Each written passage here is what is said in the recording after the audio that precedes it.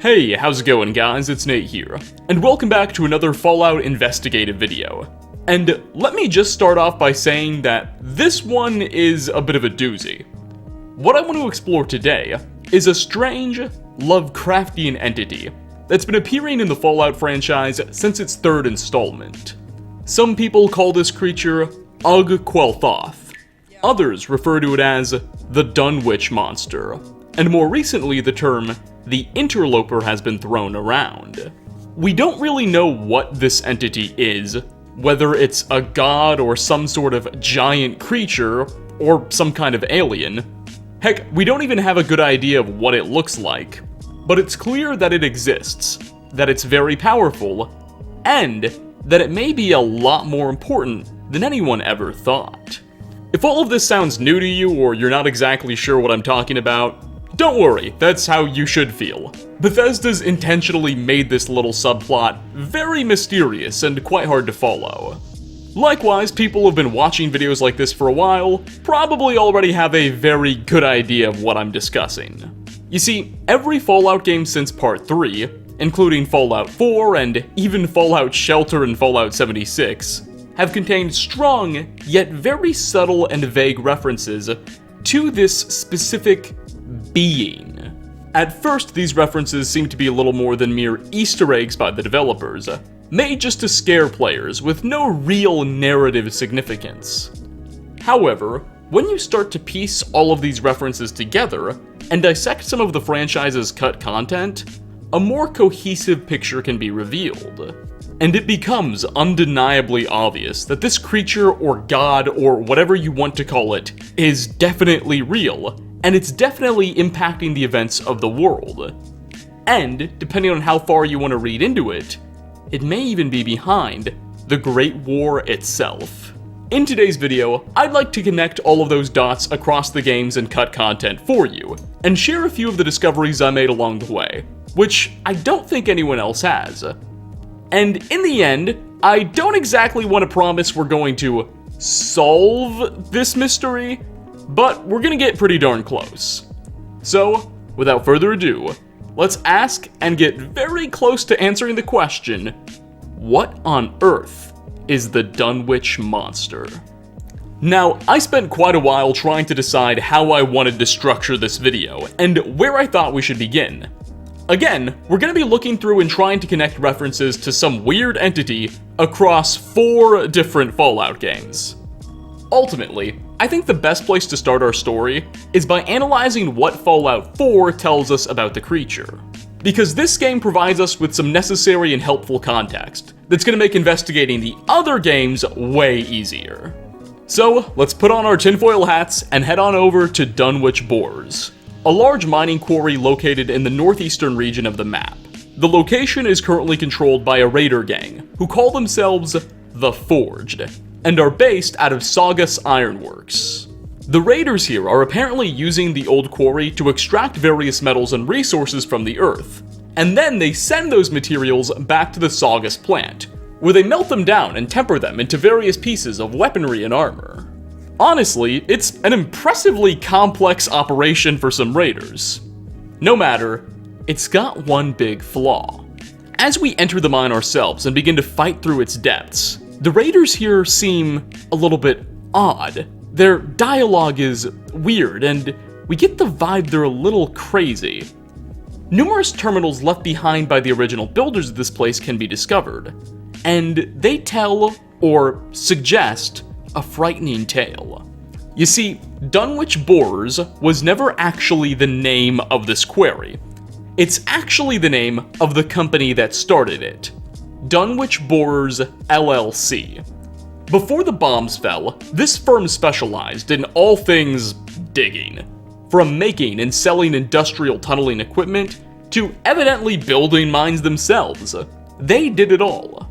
And here's the kicker, Dunwich Borers, which we now know is both this location's name on the map and the company's name, is a clear nod to the short story The Dunwich Horror, written by Howard Phillips, or H.P. Lovecraft. Allow me to go on a brief tangent and talk a bit about H.P., because he's going to be quite important throughout this video. I promise, we'll get back to the mine in a second. Lovecraft was a writer in the early 1900s who authored numerous horror stories. But the thing about Lovecraft's take on horror was that he abandoned the traditional werewolf and vampire tales that were popular during his time. Instead, his works were dominated by strange, dark, all-powerful, and oftentimes even extraterrestrial gods and creatures, who typically boasted absolutely disgusting, almost squid-like and fishy appearances. The most popular of these characters was undeniably Cthulhu, who you've probably heard of before, but there were a lot more, and many were secretly worshipped by small cults on Earth, operating in secret. Another common theme in his books and pamphlets was the idea that Earth used to be inhabited by an ancient society of aliens. Yeah, he did it before the History Channel. Since his heyday in the early 1900s, many other writers adopted similar styles, and now we just call the entire genre Lovecraftian in his name. Anyway, now that we've got a good idea of who this Lovecraft fellow was, and have identified an obvious connection between him and the name Dunwich Borers, let's go back to examining the quarry itself, and what we can find as we enter. Executive terminals reveal that the corporation was never actually using this mine to dig up resources or anything. What they were really trying to do was dig something, which they called it, up. And Dunwich simply pretended this place was a quarry to deceive the public and its employees. So that explains this organization. They're not really interested in mining metals or stone or anything like that. It's merely a convenient excuse that lets them dig for something more ambiguous and probably less popular. As we start going deeper and deeper into this mine, things get weirder and weirder. A loud rumbling, almost like footsteps, shakes this place every few moments. And while the occupying raiders don't offer much unique dialogue, their diaries imply they've all gone totally mad. Raiders report watching their peers randomly break down weeping and start whispering to themselves in the fetal position. Entire teams sent down to unexplored areas of the mine to clear out ghouls have disappeared, and even the raider boss in charge of the whole operation has lost her marbles. As we continue to descend, it just becomes more obvious that larger, supernatural forces are at play. The rumbling gets louder, we start to have flashbacks to the place in a pre-war state, and raiders begin to get replaced by ghouls. Everything comes together, sort of, as we come to the end of the dungeon, where before entering a crudely dug out chamber, a final flashback occurs, depicting a weird, cult-like ritual, possibly with a captive audience and human sacrifice. When the flashback concludes, a large flooded tunnel emerges. A tunnel that we can swim down to find an underwater chamber, with many submerged old marble structures, and 2 mini-nukes and the unique blade Krimva's Tooth sitting on top of a podium. I guess this is our reward for making it to the end of the dungeon. Oh, yeah, and one more thing. If you look at the bottom of the tunnel, you'll see a giant metallic eye staring back at you. Okay, now you've seen everything in this place. Alright, so what in Adam's name did we just experience? Crazy raiders, hypnotic visions, mythical blades. It's a lot to take in. It seems, before the bombs fell, when the world still spun, the Dunwich Company was being drawn by something supernatural to mine in this specific location, and dig up something deep below ground, along the way ignoring safety standards and committing human sacrifices. Regardless, I'd like to turn your attention to the giant eye that we see staring back at us, as this is certainly related to whatever it was Dunwich was trying to excavate, and it has sparked a spirited debate within the Fallout community. You see, by using console commands and no-clipping through terrain to get a full view, or just popping into the game's files, we can discover that the metallic eye is really a part of a much larger metallic bust of a head that remains mostly buried. The thing is, the exact same model and texture used for this bust appears on pre-war architecture across the wasteland. Like, we can find the same damn thing on various buildings all around not only Fallout 4 cities, but even in Fallout 3's and 76's. So, what's the deal? How did one of these metallic heads, that were evidently a staple of pre-war architecture, find itself so far underground? I mean, do the developers really intend to imply that there is a connection between this weird Dunwich entity and such a random piece of artwork we so commonly see? No way! Well, most people seem to write this off as Bethesda just reusing assets, and that there's no real connection between the eye we see in Dunwich Borers and the metallic heads we see across the wasteland. Maybe Bethesda just wanted to have an ominous eye stare back at the player when we reached the bottom of that hole, and rather than design an entire new model and texture, they just opted to reuse one they already had, and didn't mean anything by it. This is the theory that appears to be the most prevalent and accepted within the community, and it's what I personally believed for a while. Problem is, it's just not true. Bethesda definitely put that specific head there on purpose, and there is definitely a connection between the Dunwich Monster and every single one of these heads. Here is how we know.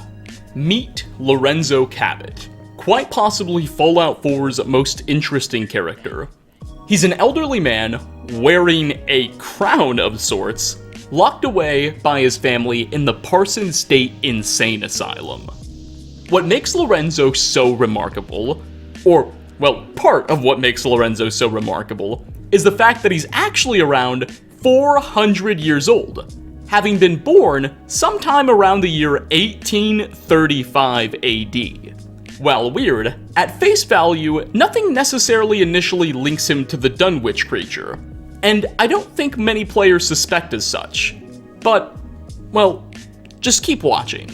As we learned during the events of the Cabot quests, Lorenzo was allegedly a sort of archaeologist back in the 19th century, and one day, he went on a dig in the Rub al-Khali desert in southern Arabia, where he discovered the ruins of an ancient city buried underneath the sand. But this was no ordinary ruin. The settlement predated the existence of humanity itself. Lorenzo and his family believed that the city he discovered buried was really built by some sort of alien-like ancient species. Well, in this ruin, the man discovered a crown, the very same crown we see him wearing when we meet him in the game. And as soon as he put it on, it changed everything about Lorenzo. He was unable to take it off, and the crown told him to rebury the place he just dug up, and never ever reveal its location.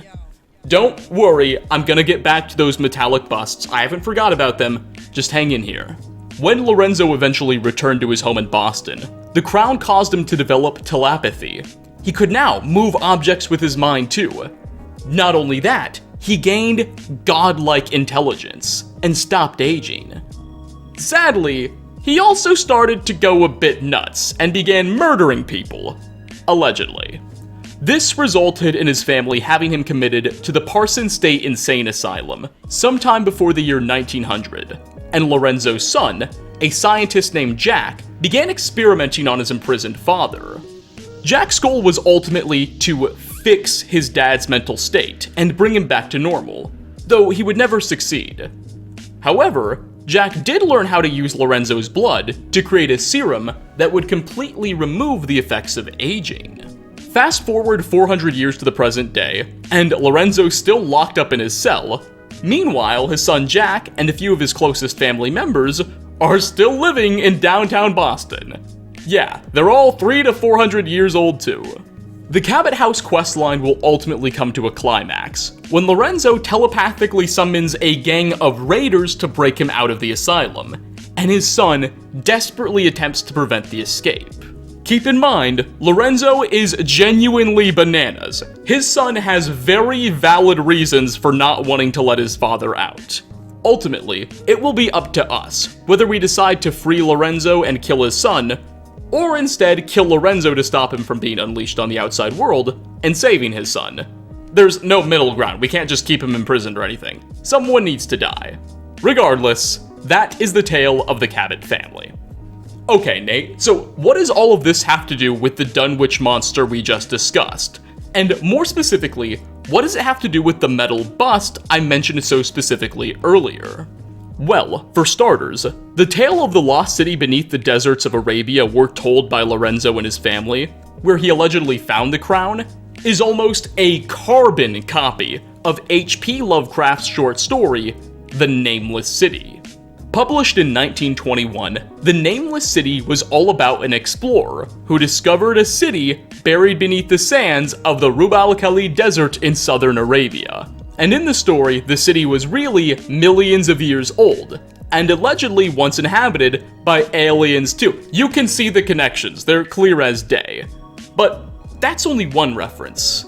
Here is where Lorenzo's tale gets really interesting. Fallout Shelter Online is essentially a Chinese-only online version of the Fallout Shelter game, and it features a system where players can collect cards with Fallout 4 characters on them. This is what Lorenzo Cabot's card looks like. Look at what's behind him. Dare I say, this very much resembles the metallic busts we were so passionately discussing earlier. Ladies and gentlemen, I think it's the same damn thing. This is the same bust. What the heck? It seems both Lorenzo Cabot and the Dunwich Company were being influenced by the same force. Not only do they share direct Lovecraftian ties, but the two were both being lured by that force to dig up something. In the case of Lorenzo, he found that crown in the buried city, and the Dunwich Company, well, they never finished, so we're not quite as sure what exactly they were after. Finally, we have to ask the question, what does the bust mean? Considering it's now clear Bethesda wasn't just reusing assets, they obviously meant to demonstrate some link between the Dunwich Monster and one of the most popular pieces of pre-war art. I think it's very likely, given how we see it presented on Lorenzo's Fallout Shelter Online card, that this structure was present in the ancient city Mr. Cabot was exploring, buried away beneath the Rub al-Khali. Perhaps the same ancient alien civilization that built that city had more cities spread across the world back in their time, where similar busts could be found. And perhaps the Dunwich Company was trying to unearth one of those cities in modern-day Boston, and that's why they stumbled across another head. Heck, in the room where we get the blade Kremva's tooth and the two mini-nukes, all sorts of old marble structures can be found, including seating, and the very podium where the items are placed on. This place resembles a buried temple of sorts. Alright, well, that's everything we get to see in Fallout 4, but what about the other games? Let's go ahead and jump back to Fallout 3, the game where Bethesda first started to reference this entity, and explore what it tells us. In Fallout 3, there was a building we could visit called the Dunwich Building, and you guessed it, this location was also associated with Dunwich Borers LLC. However, rather than being a mine, the Dunwich Building was merely an office building belonging to the company. By 2277, the structure was populated almost exclusively by feral ghouls. And in the game, the building was very much designed to be a sort of haunted house from a gameplay perspective, making use of dim lights and jump scares. Fallout 3's Dunwich Building was honestly way more terrifying than the place we visit in Fallout 4. And in it, too, we could experience brief flashbacks, and occasionally even see objects just fly across the place on their own. Now, the cool thing is that as we progressed through the dungeon, we could one by one pick up holotapes, left behind by an unlucky man named Jamie, who had apparently ventured into the building not long before us, looking for his father, and a mysterious book his father supposedly thought was here. Why the hell would he come all the way out here? Dad's been a little nuts for some time now, but not like this. Leaving me in that crappy old hospital without waking me, without a goddamn flashlight. I made enough selling the meds we scrounged to have kept us both fed at the colony for weeks. Now I'm almost out of rations, my shoes are pretty much destroyed, and I'm still chasing the old coot. By my last reckoning, he was headed south. The vanilla game doesn't tell us much more about that book, but through the holotapes, we can tell Jamie is going more and more crazy the deeper he explores into the building. In one of his final entries, it's obvious he's completely lost his mind. He starts chanting to Al-Zared and calling out to some being he calls Ug-Qualtoth. Take a listen. Sharp knife. Sharp knife to send him to deep temple. Flay and say my words. Abdul comes again on the feast of the weaker. Feast for the deep temple. Born again. Here. Al-Zared. Yes. Yes. So, this dungeon has clearly caused Jamie to lose his marbles. And, as we get to the end of the structure, we can discover a large subterranean room beneath the building, where a small obelisk, surrounded by numerous feral ghouls, including Jamie, lies. All the characters seem to be chanting to the obelisk, and sadly, they're all hostile, so there's no time for chatter. But man, is this weird. The obelisk resembles a large pillar emerging from the ground, with a human-like body attached to it, and numerous roots everywhere. Now, Fallout 3 left us to wonder whether or not the Dunwich Company specifically decided to place its offices on top of this obelisk, or if they did it by accident and got haunted accidentally. However, knowing what Fallout 4 reveals about the company, I think we can safely say they probably built here on purpose. Whatever the case, this is all vanilla Fallout 3 tells us about the entity. Thankfully, Fallout 3's fourth DLC, Point Lookout, which took players to the swampy Point Lookout region of Virginia, would reveal even more about the Dunwich Conundrum.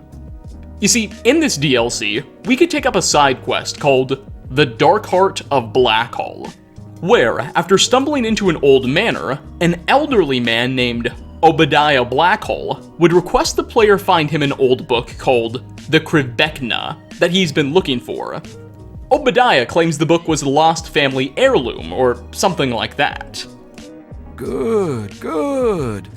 People should be able to sit and have a conversation, especially in times like these. Civil discourse, the greatest of our lost arts. Wouldn't you agree? Ha! Spoken like a true roughneck. That's good. I could use a person of metal like yourself. You see, the family heirloom of mine has been stolen. This heirloom, a book, has been stolen by those swamp folk cretins. Smash some heads, bring it back, get paid. What do you say? Good. The fools who stole it believe it has powers, so the thing is probably well guarded.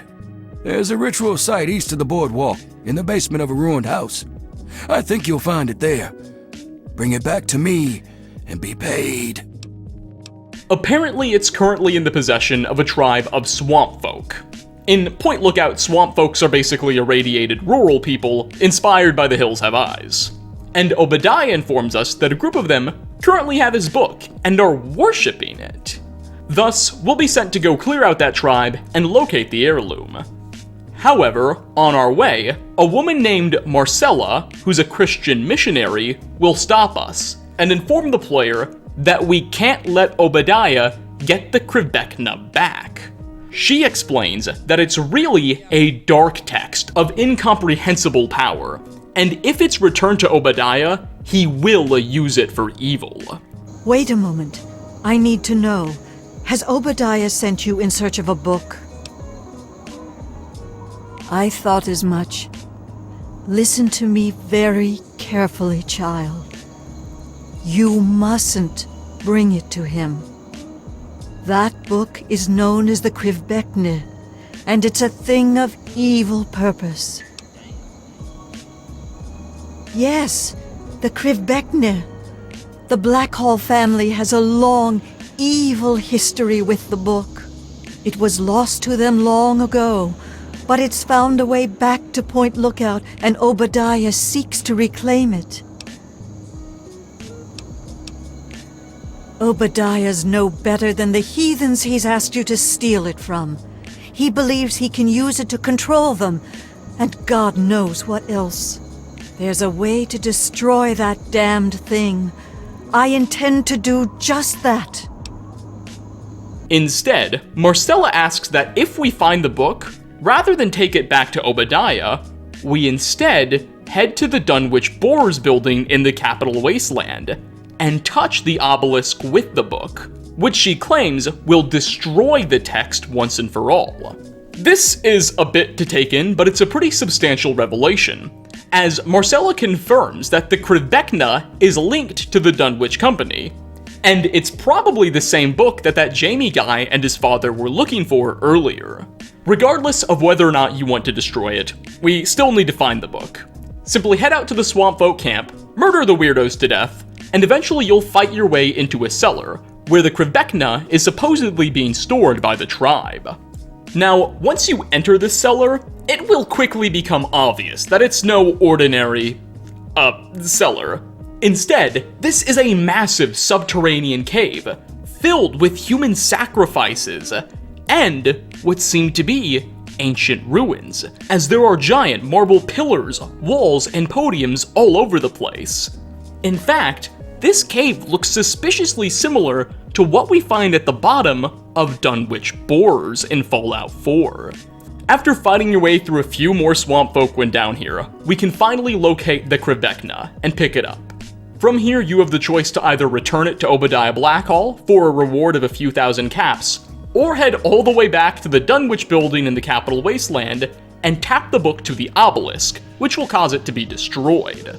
So, there you have it. This is what Fallout 3's Point Lookout DLC reveals about the Dunwich entity. It has an obelisk in the Capital Wasteland, may or may not be called Ug-Qualtoth, and has some connection to a book called The Krivekna. But there's more that I should share with you. You see, the Dark Heart of Blackhall quest we get to experience in Fallout 3 seems to have been completely rewritten by Bethesda, and a dive into Fallout 3's game files can show us what the original version was supposed to be all about. Cut dialogue files reveal that originally, when we walked into the Blackhall Manor and met Obadiah Blackhall, he would have asked us to go find the Krivekna and destroy it personally, as he didn't like it either. As we would progress with the mission and continue to help Obadiah out, he would eventually admit to the Lone Wanderer that his family had a very, very dark past, and long ago one of his ancestors, a man named Richard Dunwich, yeah, that same Dunwich, created a company and sought to excavate ancient cult-like artifacts. So yeah, there you go. This cut content originally would have revealed the origins of Dunwich Borers LLC. Obadiah, though, in this cut version, would have went on to say that that was a long time ago and his ancestors are dead. He didn't support what his family was doing, and of course wanted to destroy the Krivekna. At least, that's how the old quest was supposed to have gone. Sadly, this cut version wasn't necessarily completed in the game's files, and it's very difficult to replicate, but those are the spark notes of it. Nonetheless, there you go. The Dunwich Company began when an ancestor of Obadiah Blackhall decided to found it in search for cult-like artifacts. And heck, that might explain what they're doing in Fallout 4. They were digging down, hoping to discover new things related to the cult, and that might be what that tooth knife was for. That said though, considering this plotline was cut from the game, we probably shouldn't take it as absolute canon. Remember, Bethesda decided to change this quest for a reason. They purposely cut out the explanation behind Dunwich Borers. So we can't take it at 100% face value. Nonetheless, it does provide some interesting context. Okay, now, if there was no such thing as Fallout 76, or we uploaded this video like 2 years ago, then this would be where our video would end. I would have begun by talking about Fallout 4's connections with the Dunwich Monster, explaining the Dunwich Borers location and how it links to Lorenzo Cabot, then we would have talked about what we discover in Fallout 3, and called it a bit of a day. However, Fallout 76 very much is a game that's out and available, and it provides us with a lot more information that it would be a crime for me not to cover. You see, Fallout 76 features a location called Lucky Hole Mine. Now, this mine was not created or built by the Dunwich Company. In fact, inside we can find no direct references, I use that word loosely, to the Dunwich Company at all. Instead, it was by a normal West Virginia firm or something like that. Upon entering, a few of the terminals tell the story of what happened to this place just before the bombs fell. Apparently, a few days before the Great War, the mine was closed for some reason, and the people locking it up began to notice that a group of weird individuals were stalking it in the days prior to closing. And there was specifically one woman whose security staff would consistently find wandering around the place, who they'd have to shoo away. It's obvious that the woman and the group of people were trying to get in, and the security staff really didn't want that to happen. However, eventually when the mine did shut down, they just kind of said, screw it, not our problem anymore. And presumably this cult was allowed to break inside. Fast forward a few decades after the Great War, and as we explore deeper and deeper in this location, we can find all sorts of weird totems and human remains spread across the place. Many of these totems have root-like aesthetics that somewhat remind me of what we found on that obelisk in Fallout 3. But even more significant is the fact that all around the mine, we can find the same metallic busts we saw back in Fallout 4. And it's not just one or two, there's dozens of these things. What the hell? There are also numerous holotapes left behind by a clearly crazy person named Jeff Lane, who claims to have come to this location searching for something he calls the Interloper, a creature which he claims was calling out to him from the complex. Once we go deep enough, we'll start running into cultists, who appear to still inhabit this place, and are still worshipping whatever is inside.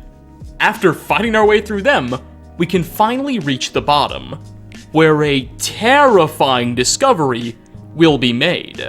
At the bottom of Lucky Hole Mine sits a creature of sorts. You're seeing it on screen now, with multiple tentacles or roots extending out of it. And get this, it moves every now and then too. Shoot at the bean, and blood splatters out as well. This is a living creature we've stumbled upon beneath Lucky Hole Mine. Perhaps this is what the cultists were after, and what was luring that Jeff Lane fellow. But what the heck is it? If we look at this thing from the right angle, it seems like we can make out a humanoid lower body structure. See the two little legs and stomach? However, the top half has been replaced with these, tentacle things. In the game's files, this being is referred to as Gut Puker 01, which leads me to suspect that maybe Bethesda thinks of this as an enlarged person who had his guts puked out? Maybe? At first, for a while I suspected this may be Ug-Qualtoth himself. This might be the very Dunwich Monster we've heard so much about. But after thinking for a while, I don't exactly believe this is the case. It's just too small and doesn't seem as powerful as what we're expecting. No, I think this is some sort of creature, perhaps associated with the being we mentioned earlier. What exactly it's doing though and how it was created, well, we'll talk about some theories in a bit. Unlucky for us, there isn't a whole lot of additional information Fallout 76 provides on what's going on here. However, the fact that we see all of these buried faces and a creature of some sorts, and the fact that we know other people were being called out, does help to further solidify some connections we made earlier, and confirms that Bethesda is very much interested in continuing to expand and unravel this mystery for us. However, where does that leave us? What conclusions can we draw? What's going on here? Well, considering all of the connections we've made between all of these Fallout games over the last 30 minutes or so, I think it's fairly safe to conclude that in the Fallout universe, there was some sort of pre-humanoid civilization that used to exist across the world. What with all of the pillars we can find and all of the buried metallic busts, and especially with what Lorenzo Cabot tells us, I think this is fairly indisputable. However, drawing conclusions beyond this is where things get a little bit difficult. For instance, there's the question of if these metallic busts were a staple of this pre-humanoid civilization, why do we find them all across modern architecture? Perhaps, maybe before the Great War, many of the world's elite and wealthy were followers of this pre-existent civilization. Maybe they knew about them and shared in their values, and maybe they shared in their religion too, which is why the busts are present on so many buildings today. Or there could be some sort of external force that's pressuring artists and architects to do such a thing. Furthermore, maybe the Dunwich Monster isn't just one specific being. Maybe it's a bunch of different pre-humanoid beings across the world. Remember that obelisk we see in Fallout 3 and how it resembles a person meshing into roots? Well, the Interloper thing we find at the bottom of Lucky Hole Mine fits a very similar description. And that Interloper was apparently calling out to people, just like the obelisk. Perhaps Fallout 76's Interloper is like a fossilized or hibernating member of that pre-humanoid civilization that once existed. And maybe the thing we find on Fallout 3's obelisk is the same thing. Whatever the case, it's also clear that there is an entity, or as we just discussed, entities, that call upon various people to go dig down and dig up various artifacts, ancient ruins, or weird subterranean creatures. In the case of Lorenzo Cabot, he was called to dig up the city and find the crown. In the case of the cut version of Richard Dunwich, he was called to go dig up strange artifacts. And this Jeff Lane guy was called to dig up the Interloper. Now, what the endgame for this entity, or these entities, is, also remains pretty ambiguous. Like, what's the point here? In the Lovecraft mythos, which Bethesda has clearly drawn quite a bit from, most of the cults who worship the various, fishy gods, specifically the cult of Ug-Qualtoth, are working to cleanse the world, specifically of life, in the hopes that after humanity has been eradicated, the great old ones and the various gods can establish a new order of sorts. Maybe that's what's going on here. Maybe the various cultists and people who have been manipulated by these gods have similar objectives. They wish to eradicate mankind. That's why Lorenzo was led to the crown, so he could use it to cause as much chaos as possible. That's why the Dunwich Company was led down to the 2 mini-nukes and the Fang Knife, so they could use them to cause more chaos. That's why Obadiah wanted the Krivekna back, so he could use it for evil. You get the point. If this is really the case, then that would have huge implications. Heck, who's to say this Ug-Qualtoth entity or entities didn't poison the minds of the people leading the Great War and cause the nuclear fires to rage in the first place? We know from Fallout 3 that the United States didn't shoot first, or at least they didn't think they were shooting first. Maybe the Chinese weren't as well. Maybe something else was going on. Who's to say? This is quite frankly one of the biggest mysteries in the Fallout universe, and I'm glad to see Bethesda continue to entertain it. Hopefully in the future we'll get more information. And admittedly, Fallout 76 recently got the Wastelanders expansion, which, who knows, maybe it adds even more to this, and in future DLCs and games, more pieces of the puzzle can be introduced, and maybe one day, we can finally complete it.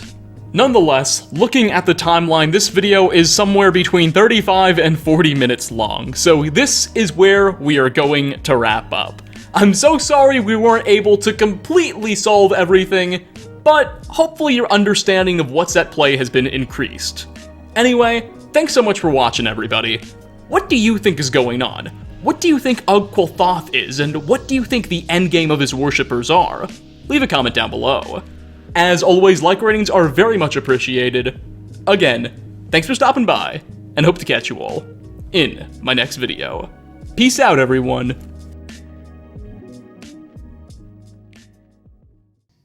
Do you believe there is other intelligent life in the universe?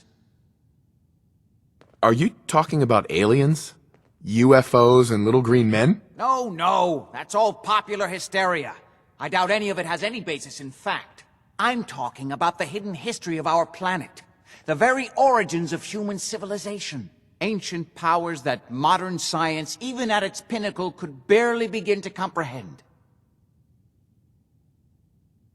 You think aliens created human civilization? Yes, if by alien you mean a non-human precursor to the commonly understood founding cultures. Sumer, Egypt, Assyria.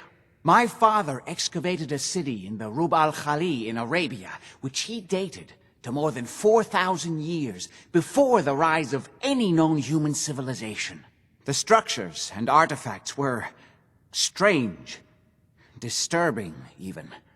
Clearly not constructed for or by humans. I've spent my life trying to decipher what he uncovered.